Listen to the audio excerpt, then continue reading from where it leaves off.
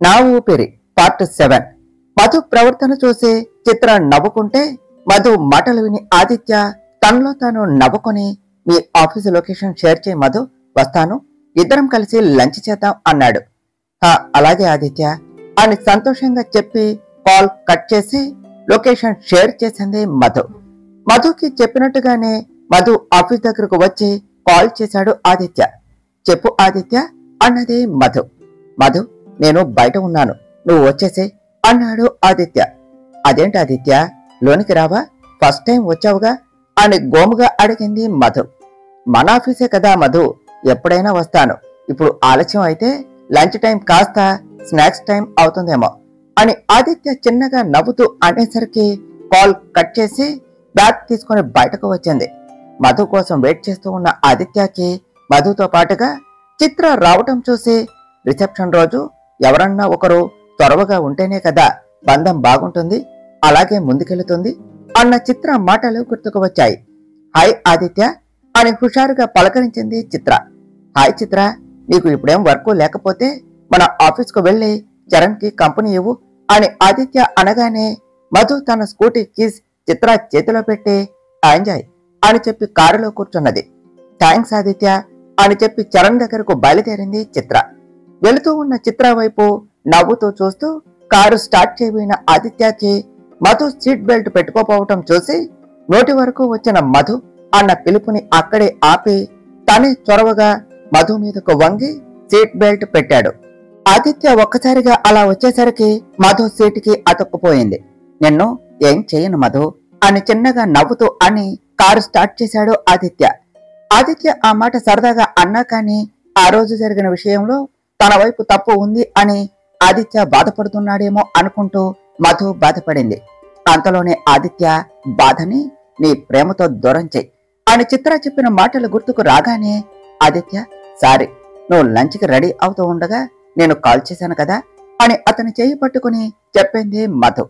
ఆమె అలా పట్టుకోగానే ఆదిత్య ఒక్కసారిగా ఆమె వైపు చూశాడు. క్షణాల్లో తేరుకుని నిజం చెప్పాలి అంటే నా ఆకలి ఇంకా పెరిగింది మధు, నీతో కలిసి లంచ్ చేస్తున్నా కదా అన్నాడు. ఎవరైనా ఒకరు చొరవ తీసుకోవాలి అన్న ఆలోచన ఇద్దరికీ ఉండటం వలన ఇద్దరు చాలా వరకు చాలా విషయాలు చాలా చనువుగా మాట్లాడుకున్నారు. కానీ ఒకరు చొరవ తీసుకోవటం వల్లనే మరి ఒకరు కూడా చొరవగా ఉన్నారు అని అభిప్రాయపడి ఇకపై ఇలానే ఉండాలి అని నిర్ణయించుకున్నారు. నువ్వేమిటి ఇక్కడకు వచ్చేసావు అన్నాడు చరణ్. ఆదిత్య నీకు కంపెనీ ఇవ్వమని చెప్పాడు అన్నదే చిత్ర. అవునా, ఆదిత్యని నువ్వెందుకు కలిసావు మరి అన్నాడు చరణ్. ఆదిత్యనే మా ఆఫీస్కు వచ్చాడు అని మధుకి తనకి మధ్య జరిగిన సంభాషణ అంతా చెప్పింది చిత్ర. మంచి పని చేశావే, అలా చెప్పి వాళ్ల మధ్య ఉన్న మొహమాటాన్ని బాధని తొలగించుకుని వాళ్ళ మధ్య ఉన్న దూరాన్ని దగ్గర చేసుకోవాలి. అప్పుడే ఇద్దరు చాలా సంతోషంగా ఉంటారు, వాళ్ళ జీవితంలోనికి అన్ని సంతోషాలు వస్తాయి అన్నాడు చరణ్. అవును చరణ్, సరే కాని పద లంచ్ చేద్దాం, అసలు నీకు కంపెనీ ఇవ్వమనే నన్ను ఇక్కడకు పంపించాడు ఆదిత్య అన్నది చిత్ర. అయితే సార్కి థ్యాంక్స్ చెప్పాలి చిత్ర, మనమిద్దరం కలిసి లంచ్ చేయక చాలా రోజులు అవుతుంది కదా అన్నాడు చరణ్. చరణ్ చిత్రాలు ఇద్దరూ కలిసి సరదాగా కబుర్లు చెప్పుకుంటూ లంచ్ చేశారు. మధు నీకేం కావాలి అని అడిగాడు ఆదిత్య. ఆదిత్య నాకు పన్నీర్ బిర్యానీ విత్ పన్నీర్ కర్రీ అంటూ మధు చిన్నపిల్లలా చెప్పేసరికి ఆదిత్య నవ్వుతూ మధుకి అది ఆర్డర్ చేసి తనకు చికెన్ బిర్యానీ ఆర్డర్ చేశాడు. తక్కువ సమయంలోనే ఆర్డర్ రావటంతో ఇద్దరూ కలిసి లంచ్ స్టార్ట్ చేశారు. ఏమిటి ఆదిత్య అది ఆర్డర్ చేసుకున్నావు అన్నది మధు. నేనెప్పుడు పన్నీర్ ట్రై చేయలేదు మధు, నాకు ఇదే ఇష్టం అన్నాడు ఆదిత్య. అవునా, కానీ ఆదిత్య పన్నీర్ కూడా చాలా బాగుంటుంది తెలుసా, కావాలంటే నువ్వే చూడు అని ఆదిత్యకు తెరిపించింది మధు. అది ఊహించని ఆదిత్య అలానే చూశాడు మధు వైపు. ఏమైంది ఆదిత్య, తిను, భలే ఉంటుంది అన్నది మధు. మధు మనం ఎక్కడ ఉన్నామో తెలుసా అన్నాడు ఆదిత్య. తెలుసు, అయితే ఏమిటి, నేనేం పరాయి వ్యక్తికి తినిపించడం లేదు, నా మొగుడికే తినిపించేది అని ఆదిత్య నోరు తెరవకపోయినా రెండు బుగ్గలు పట్టుకొని నోట్లో పెట్టేసింది మధు. మధు అన్నమాట ఒకటైతే ఆదిత్య మొదటిసారి మధు చేతి ముద్ద తినటంతో మధు వైపు ప్రేమగా చూస్తూ ఉన్నాడు. ఎలా ఉంది ఆదిత్య అని అడిగింది మధు. బాగుంది మధు అన్నాడు ఆదిత్య. కదా అని మళ్ళీ ఒక ముద్ద ఆదిత్యకు పెట్టి నీకు మళ్ళీ ఎప్పుడైనా తినాలి అనిపిస్తే నాకు చెప్పు ఆదిత్య, నేను ఇంట్లో చేస్తాను అన్నది మధు. అలాగే మధు అన్నాడు ఆదిత్య. ఇద్దరు సరదాగా కబుర్లు చెప్పుకుంటూ లంచ్ కంప్లీట్ చేసి ఇంటికి వెళ్లారు. శారీ చేంజ్ చేసుకుని వచ్చిన మధుకి ఆదిత్య బాల్కనీలో కాల్ మాట్లాడుతూ కనిపించడంతో మెల్లగా అడుగు వేసుకుంటూ ఆదిత్య వెనకాల నిలబడింది. మధు ఊపిరి తనకు తగలగానే అర్థమైంది ఆదిత్యకి మధు తన వెనకాల ఉన్నది అని. ఒక చేత్తో కాల్ మాట్లాడుతూనే మరో చేత్తో మధుని పట్టుకుని తన ముందుకు లాగి తన కౌగిలిలో బంధించాడు. అది ఊహించని మధు ఆదిత్య వైపు అలానే చూస్తూ ఉండేసరికి ఆదిత్య చిన్నగా నవ్వి కన్ను కొట్టాడు. మధు స్పృహలోనికి వచ్చి తల కిందకు దించేసి చిన్నగా నవ్వి మెల్లగా అతని ఎదపై వాలిపోయింది. ఆదిత్య కాల్ మాట్లాడటం కంప్లీట్ అవటంతో ఏమిటి మధు, ఏం చేస్తున్నావు నా వెనకాల అన్నాడు. మధు మాత్రం అతని ఎద సబ్బడి వింటూ అతని కౌగిలిని ఫీల్ అవుతూ ఉన్నది. మధు అని ఆదిత్య తన చెయ్యి పట్టుకోగానే చెప్పు ఆదిత్య అన్నది మధు. నా వెనకాల ఉండి ఏం చేశావు అన్నాడు ఆదిత్య. నిన్ను ఆట పట్టిద్దాం అనుకున్నా, కానీ నువ్వే నాకు షాక్ ఇచ్చావు. ఎలా తెలిసింది నీకు నేను నీ వెనకాల ఉన్నానో అని? అతనికి దూరం జరగకుండా కేవలం తల ఎత్తి అతని కళ్ళల్లోనికి చూస్తూ అడిగింది మధు.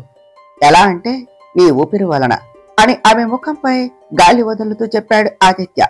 అతని ఊపిరి ఆమెకు తగిలేసరికి ఆమె ఒక్కసారిగా కళ్ళు మూసుకొని గట్టిగా అతని టీషర్ట్ పట్టుకున్నది. అది గమనించిన ఆదిత్య నవ్వుతో మధు ముఖాన్ని దోసట్లోనికి తీసుకొని కళ్ళు తెరువు అన్నాడు. మధు చిన్నగా కళ్ళు తెరిచి ఆదిత్యను చూసింది. నా ఊపిరికే ఇలా అయిపోతే ఎలా మరి అంటూ ఆమెను అలానే హత్తుకుని లోనికి నడిచాడు. ఆదిత్య, నేను ఒక్క విషయం అడగాలి, తప్పుగా అనుకోవు కదా అన్నదే మధు. అనుకోను కాని అడుగు అన్నాడు ఆదిత్య. నువ్వు ఎవరినైనా ప్రేమించావా అన్న మధు మాటకి మధు చుట్టూ అల్లుకుని ఉన్న తన చేతులను వేరు చేసి మధు వైపు అలానే చూశాడు ఆదిత్య. ఆదిత్య అలా చేసేసరికి నిజంగా తన మనసు వేరు ఒకరి సొంతం అయిందా అని అనుకుంటూ ఆదిత్య వైపు బాధగా చూసింది మధు. ప్రేమించాను మధు, కానీ నా ప్రేమ విషయం తనకి చెప్పలేదు అన్నాడు ఆదిత్య. ఆదిత్య ప్రేమిస్తున్నది తనని అని తెలియకుండా తన గతంలో అని భావించి హో వన్ సైడ్ లవ్వా ఆదిత్య అని తన బాధను బయటకు చూపించకుండా నార్మల్ గా అడిగింది మధు. కానీ మధు, నాకు ఆ అమ్మాయి కళ్ళల్లో నాపై ప్రేమ కనిపిస్తుంది. తన ప్రేమ నా సొంతం కావాలి అని ఆశించాను కాబట్టి నాకలా అనిపిస్తుందేమో అన్న సందేహం మళ్ళీ. కానీ నాకు మాత్రం చెప్పాలి అంటే ధైర్యం రావటం లేదు అని మధుని ఉద్దేశించి మాట్లాడాడు ఆదిత్య. కానీ ఆ విషయం తెలియని మధు తాను ప్రేమించిన వ్యక్తి మరియు తనతో జీవితం పంచుకున్న వ్యక్తి ప్రేమ మరియొకరికి అని తెలియగానే ఆమె మనసు బాధగా మారింది.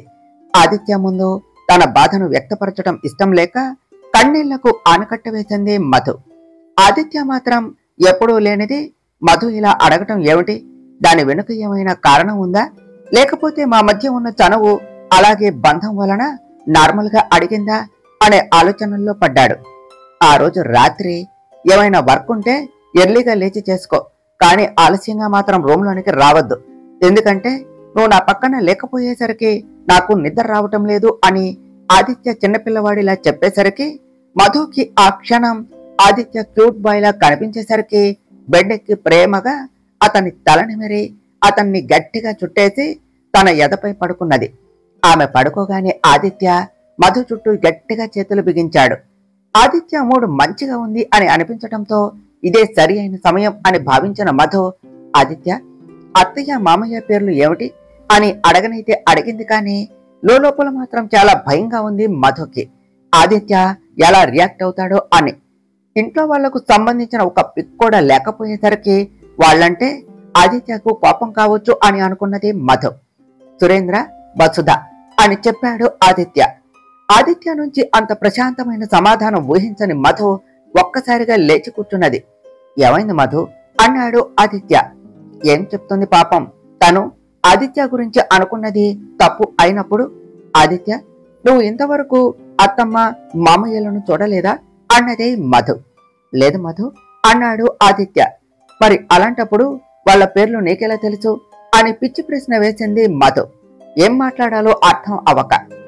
చూడకపోతే పేర్లు తెలియకూడదా మధు అని చొరవగా మధు చెయ్యలాగి తన ఎదపై పడుకోబెట్టుకుంటూ అన్నాడు ఆదిత్య. ఆహా, అలా కాదు ఆదిత్య, నువ్వు ఇంతవరకు వాళ్ళని ఎందుకని చూడలేదు అన్నది మధు. నువ్వేమనుకుంటున్నావు? వాళ్ళ మీద కోపంతోనే నేను వాళ్ళని చూడలేదు అనుకుంటున్నావా అన్నాడు ఆదిత్య. తన ఆలోచన అదే అయ్యేసరికి మధు మౌనంగా ఉన్నది. ఆ మౌనమే ఆదిత్యకు సమాధానం చెప్పటంతో, మధు, నిజానికి నాకు వాళ్ళపై కోపం రాకూడదు అనే అమ్మమ్మ నాకు ఇంతవరకు వాళ్ళని చూపించనే లేదు. నాకు కూడా అసలు చూడాలి అన్న ఆలోచన కూడా రాలేదు. ఎందుకు అంటే అమ్మమ్మ నన్ను అంత బాగా చూసుకున్నది కాబట్టి. వాళ్ళని చూసిన ప్రతిసారి నన్ను ఒంటరివాణ్ణి చేసి వెళ్లారు అని నేను ఎక్కడా బాధపడి వాళ్ళపై ద్వేషం పెంచుకుంటానేమోనని మా అమ్మమ్మ ఇంతవరకు వాళ్ళని చూపించనే లేదు. అందుకే ఇంట్లో వాళ్ళ ఫొటోస్ కూడా లేవు. ఫ్రెండ్స్ వాళ్ళ పేరెంట్స్ ని చూసి నేను ఎక్కడ బలహీనుని అవుతానోనని మా అమ్మమ్మ ఆర్ఫాన్ స్కూల్లో జాయిన్ చేసింది అని చెప్పాడు ఆదిత్య. అతని మాటల్లో ఎలాంటి బాధ ద్వేషం లేకపోయేసరికి మధుకి ఆశ్చర్యంగా అనిపించింది. అంతలోనే ఒక్క క్షణం కూడా వాళ్ళు గుర్తుకు రాలేదు అంటే సావిత్రమ్మ గారు ఆదిత్యాన్ని ఎంత ప్రేమగా చూసుకున్నారో అర్థమయ్యింది. మరి ఆదిత్య, అత్తయ్య, మామయ్య పేర్లు నీకెలా తెలుసు అన్నదే మధు. ఏంటి మధు ఆ ప్రశ్న? వాళ్ళని ఇంతవరకు చూడకపోతే వాళ్ళ పేర్లు తెలియకూడదా ఏమిటి అని గ్యాప్ ఇచ్చి, స్కూల్లో కాలేజీలో జాయిన్ అయినప్పుడు తప్పకుండా మన పేరెంట్స్ నేమ్ చెప్పాలి కదా. అమ్మమ్మ చెప్పేటప్పుడు పక్కనే నేను ఉండటం వలన నాకు అలా తెలిసింది అన్నాడు ఆదిత్య. ఆదిత్య, అత్తయ్య మామయ్యలు మనకు పిల్లలుగా పుడతారా అని తల ఎత్తి ఆదిత్య కళ్ళల్లోనికి చూస్తూ అడిగింది మధు. ఆమె ఎందుకు అలా అడిగిందో అర్థమయ్యి, అలాగే ఆమె మనసులోని బాధ కన్నీళ్ల రూపంలో బయటకు రావటానికి సిద్ధంగా ఉండటంతో ఆదిత్య గట్టిగా ఆమెను హక్ చేసుకుని కళ్ళు మూసుకున్నాడు. ఆదిత్య ఒక్కసారిగా అలా చేసేసరికి మధును ఏడ్చేసింది. మధు, ఏడుస్తున్నావా అని మధుని తన నుంచి దూరం చేస్తూ అన్నాడు ఆదిత్య. మధు ఏమీ మాట్లాడకుండా అలానే ఉన్నది. మధు, ఏడవకు ప్లీజ్. నీ కన్నీళ్లను చూస్తూ ఉంటే నీ బాధకి కారణం నేనే అనిపిస్తుంది నాకు అని ఆమె కళ్ళు తుడిచి ఆమె నుదుటిపై ప్రేమగా ముద్దు పెట్టాడు. ఆదిత్య మాటకి అప్పుడు కాని ఆలోచించలేదు మధు. తనని తాను నిందించుకున్నాడు అని. వెంటనే కన్నీళ్లు తుడిచేసుకుని, సారీ ఆదిత్య, ఇంకెప్పుడు ఏడవను అని ఆమె చెంపపై ఉన్న అతని చేతిని ముద్దాడుతూ చెప్పింది మధు. మధు తనంతట తానుగా ఆదిత్యాన్ని కిస్ చేయటం ఇదే మొదటిసారి. ప్రేమించిన అమ్మాయి, అందులోనూ భార్య అయ్యేసరికి అతని చేతికి తగిలిన ఆమె పెదవులు అతని ఒంట్లో కణ కణాలన్నింటినీ రగిలించటంతో అతి కత్తి మీద తనని తాను కంట్రోల్ చేసుకుని మధు నుంచి దూరం జరిగి బాల్కనీలోనికి వెళ్ళాడు. ఆదిత్య ఒక కారణంతో బాల్కనీలోనికి వెళితే, పాపం ఆదిత్యను బాధ పెట్టాను, మంచి వాతావరణాన్ని స్పాయిల్ చేశాను అని తనని తాను తిట్టుకుని ఆదిత్య దగ్గరకు వెళ్లి ఆదిత్య భుజంపై చేతులు వేసింది మధు. నేనేం బాధపడటం లేదు మధు అన్నాడు ఆదిత్య. మరి పడుకోకుండా ఇక్కడికెందుకు వచ్చారు అన్నది మధు. ఆమె మాటల్లో బాధను గమనించే మధు చేయి పట్టుకుని లాగి ముందుకు తిప్పుకొని, నిద్ర రావటం లేదు, అందుకే వచ్చాను అన్నాడు ఆదిత్య. నేను మీ పక్కన ఉంటే మీకు నిద్ర వస్తుంది కదా అన్నది మధు. కానీ అది నువ్వు సంతోషంగా ఉన్నప్పుడు. ఇలా బాధపడుతూ ఉంటే నేను పడుకోగలనా అని ఆదిత్య ఆమె చెంపపై చెయ్యి వేసి ప్రేమగా అనేసరికి మధు కళ్ళల్లో కన్నీళ్లు చేరి, ఆదిత్య, నువ్వు ప్రేమించిన అమ్మాయి నేనేనా అని అతని స్పర్శలో కళ్ళల్లో ప్రేమ కనిపిస్తూ ఉంటే అడిగింది మధు. మధు ప్రశ్నకు ఏం సమాధానం చెప్పాలో కూడా అర్థం అవటం లేదు ఆదిత్యకు. వాళ్ళ మధ్య జరిగిన సంఘటన మధు ప్లాన్ చేసింది అని తెలియని ఆదిత్య ఆ విషయంలో తనదే తప్పు అని భావించి ఇప్పుడు మధుకి ఏమని చెప్పాలి? ఒకవేళ ప్రేమ నిజం అని చెప్పినా కానీ నా విషయంలో ఎందుకు అలా చేశావు అంటే తనకి నా ముఖం ఎలా చూపించాలి? ఇప్పుడిప్పుడే చనువుగా ఉంటున్న మేము దూరం అవుతామేమో కదా అని అనుకున్నాడు. ఆదిత్య మౌనం ఆమెలో భయాన్ని క్షణ క్షణానికి పెంచుతూనే ఉన్నది.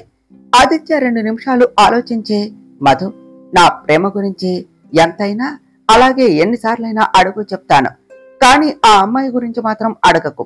అంటే నీకు తన గురించి పూర్తిగా చెప్పను అని కాదు, చెప్తాను, కానీ సమయం వచ్చినప్పుడు అన్నాడు ఆదిత్య. ఆదిత్య, మనకి పిల్లలుగా అత్తయ్య మామయ్య పుట్టాలి అని నీకు ఉందా అన్నది మధు. ఎవరికైనా ఉంటుంది కదా మధు అన్నాడు ఆదిత్య. అంటే మీకు కూడా అన్నది మధు. అన్నాడు ఆదిత్య. అయితే ఆదిత్య, నాకు పిల్లలు కావాలి, నాకు మీ పిల్లలకి అమ్మని అవ్వాలి అని ఉన్నది అని భావోద్వేగంగా చెప్పింది మధు. ప్రేమ లేకుండా ఎలా మధు దగ్గరయ్యేది అన్నాడు ఆదిత్య. నాకు నువ్వంటే ప్రేమ, అలాగే నీ కళ్ళల్లో నాపై ప్రేమ కూడా కనిపిస్తూ ఉన్నది. కానీ అదేదో ఓపెన్ అయితే అప్పుడు నాకు నమ్మకం కలుగుతుంది కదా అని ఇద్దరు మనసులో అనుకున్నారు.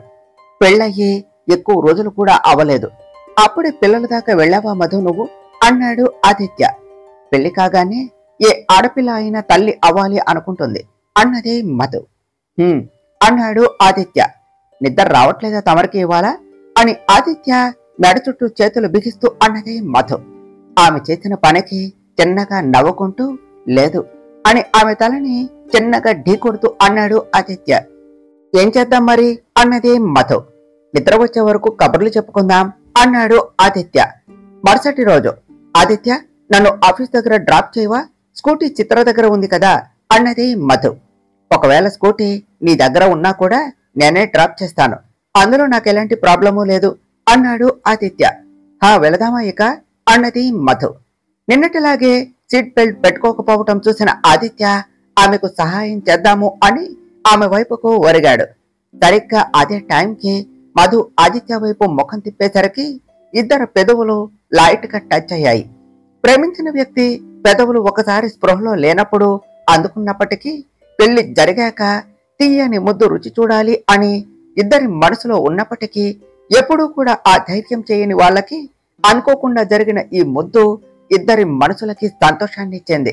ఇంకా ముందుకు వెళితే మధు తప్పుగా అనుకుంటుందేమో అని ఆమె నుంచి దూరం జరిగి తనకు సీట్ బెల్ట్ పెట్టాడు ఆదిత్య. మధుకి ఇంకా అలజడి తగ్గక తన పిడికిలిలో చీరని బంధించటం చూసి ఆదిత్య, మధు రిలాక్స్, నేనేం చేయలేదు, ఇంకా జరిగింది కూడా అనుకోకుండా జరిగింది అని ఆమె చేతిపై చెయ్యి వేసి చెప్పాడు.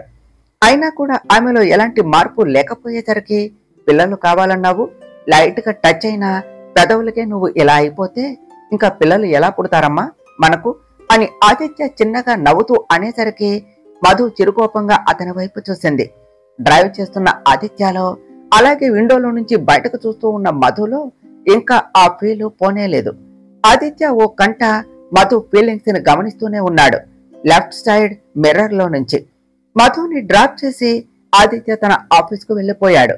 చిత్ర, నిన్న బిందు అని ఒకరు వచ్చారు కదా, తన డీటెయిల్స్ అండ్ రిక్వైర్మెంట్స్ నోట్ చేసుకున్నావా అన్నది మధు.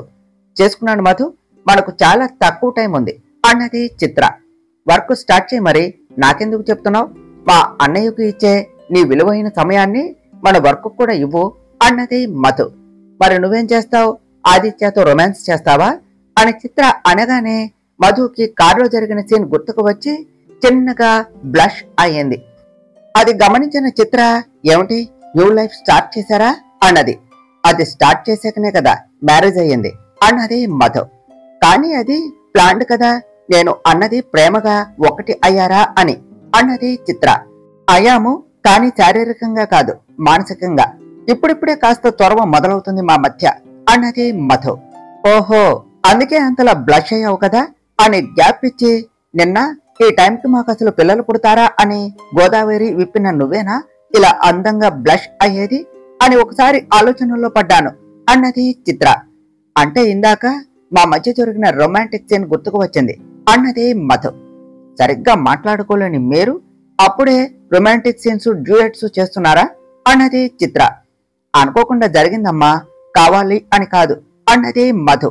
అది అలా చెప్పు, లేకపోతే నాకు ఎన్ని డౌట్స్ వస్తాయో తెలుసా అన్నది చిత్ర.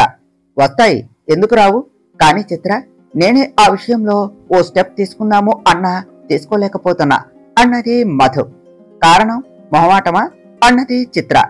ఆదిత్య దగ్గర నాకు మొహమాటం ఏమిటి, నిన్నటి వరకు తప్పుగా అనుకుంటాడేమో అన్న భయం ఉంటే ఇప్పుడు మాత్రం తన మనసు వేరే ఒకరి సొంతం అయింది అని తెలిసాక ఆ విషయంలో చనువుగా ఉండలేకపోతున్నాను అన్నది మధు.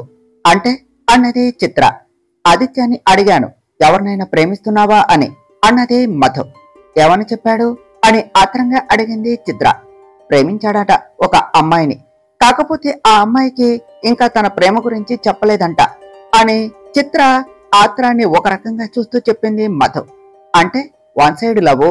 ఇంతకీ ఆ అమ్మాయి ఎవరో తన గురించి ఏమైనా చెప్పాడా అని ఏదో ఆలోచిస్తూ అడిగింది చిత్ర. చెప్పలేదు, సమయం వచ్చినప్పుడు చెప్తాడట. కాని చిత్ర, మొదట నాకు బాధగా అనిపించింది. నేను ప్రేమించిన వ్యక్తి వేరే ఒకరిని ప్రేమిస్తున్నాడు అని. కాని ఆ అమ్మాయి నేనేనేమో అని నాకు అనుమానం. ఎందుకంటే ఆదిత్య కళ్ళల్లో స్పర్శలో నాపై అంతులేనంత ప్రేమ కనిపిస్తూ ఉన్నది. అందుకే నేను తన ప్రేమ గురించి చెప్పినా కూడా తనతో చనువుగా ఉండగలుగుతున్నాను అన్నది మధు.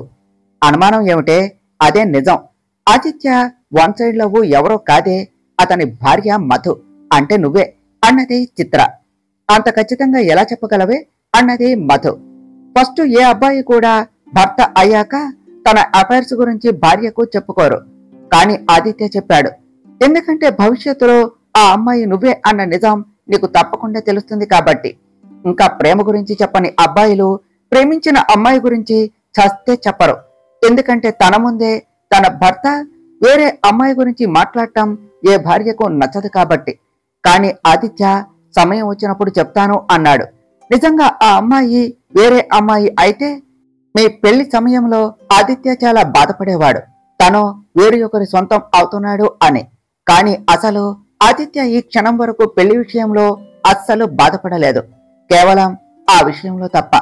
ఆదిత్య పెళ్లి అయినప్పటి నుంచే నీతో చాలా చనువుగా ఉంటున్నాడు, కేర్ కూడా చేస్తున్నాడు. నీ దగ్గర తను అలా ఉంటున్నాడు. నిజానికి తన మనసులో నువ్వు కాకుండా వేరే అమ్మాయి ఉంటే ఆదిత్య నీ దగ్గర అలా ఉండడు కదా అన్నది చిత్ర. చిత్ర చెప్పిన దాన్ని బట్టే ఆదిత్యతో పెళ్లి జరిగిన క్షణం నుంచి ఇప్పటి వరకు జరిగినవి అన్ని గుర్తు చేసుకున్నది మధు. తర్వాత ఏమి జరిగిందో నెక్స్ట్ పార్ట్లో తెలుసుకుందాం ఫ్రెండ్స్. డియర్ ఫ్రెండ్స్, మీకు గనక ఈ కథ నచ్చినట్లయితే మీ అభిప్రాయాలను కామెంట్ల రూపంలో తెలియచేయండి.